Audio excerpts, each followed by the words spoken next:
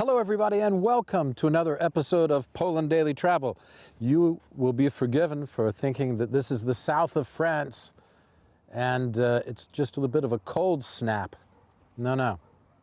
We're still in Poland. In fact, we're in Drzewica, and this is the Drzewica Lake. Drzewica is a town well worth reckoning with. Not only is it the center of cutlery manufacture in Poland, but actually there's another thing that I really like. If you've been watching any of these episodes, you know what that is. It's a castle. Yes, I have a thing for castles. I can't help it. I don't know where it comes from, but I love a castle, especially a good castle. And this is a particularly interesting one that we're going to see as we continue. But in the meantime, just have a look at this lake.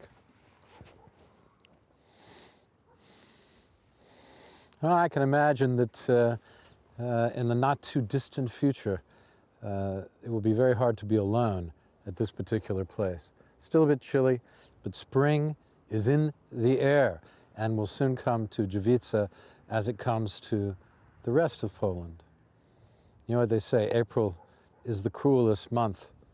I don't know why, but that's what they say. Actually, it was T.S. Eliot who wrote that. I guess what he meant is you're waiting for spring to come and it still just stays out of your grasp. But we don't feel that way today.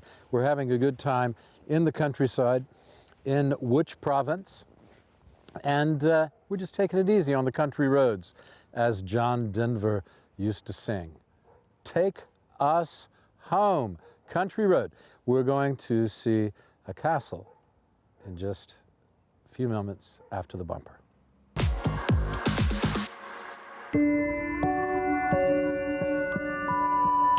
Hello everybody and welcome to another Poland Daily Travel. In this series of episodes, we are going to be in the Police River Valley again. We'll stop off in the small town of Opoczno, a small town with a rich history, whose modern demeanor is rather unassuming, but whose past harbors a number of treasures. We're going to uncover those treasures for you in several episodes. It's a typical small town in modern Poland, but its rich history is well worth exploring. So let's do that. After that, we will continue along the Police River to Warka, the last big town before the Police rolls its way into the mighty Vistula. I say mighty Vistula with slight irony, but it is very much the main artery of Poland, flowing as it does from the mountains to the sea. And the Police is its main western tributary. At any rate, in Warka, we will stop off at the house where Kazimierz Pulaski was born and where he spent his summers as a child. So stay tuned for the next series of episodes on Poland Daily Travel. Why do we do it? We do it for you. I'm Will Richardson, and I thank you for watching. Ta-da! The castle at Drzewica. Told you so. Look, this castle was built, I think, sometime in the 1200s, certainly by the 1300s when Kazimierz the Great was doing all his castle building.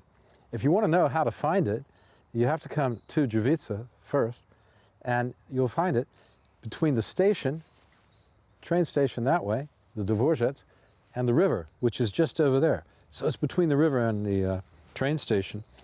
Well, the Drzewicki family was granted the right to have this castle somewhere back in the they were given the land, basically, by Conrad of Mazovia in the 1200s, as I said. Then, at some point, they built the castle, and they held this land for about 500 years. Nowadays, you can't go inside the castle, although it is one of the best examples of a straightforward medieval castle that you'll find in the whole country. And you can see here, you have the turrets, the towers, rather. There's 4 of those, and we'll take some photographs and you'll be able to see this.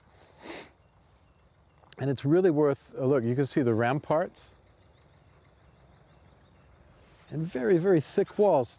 Now, you can't go inside because it's not been, for some reason, it's not been renovated. Hard to believe, but not been renovated. It must have been, I'm guessing, ownership problems or something like that. But nobody's done anything with it. Oh, right now here comes a tractor around the edge. But at any rate, apparently it's owned by some concern in Warsaw, and it's closed to the public, obviously. But it doesn't mean we can't look, we can't talk about it. So this castle existed until the 1655. And the Swedes, yes, you guessed it, once again the Swedes came here, those wannabe Vikings of old, and burned down the whole castle, or burned the inside of it anyway. All you see is the shell. And it's been like that since that time.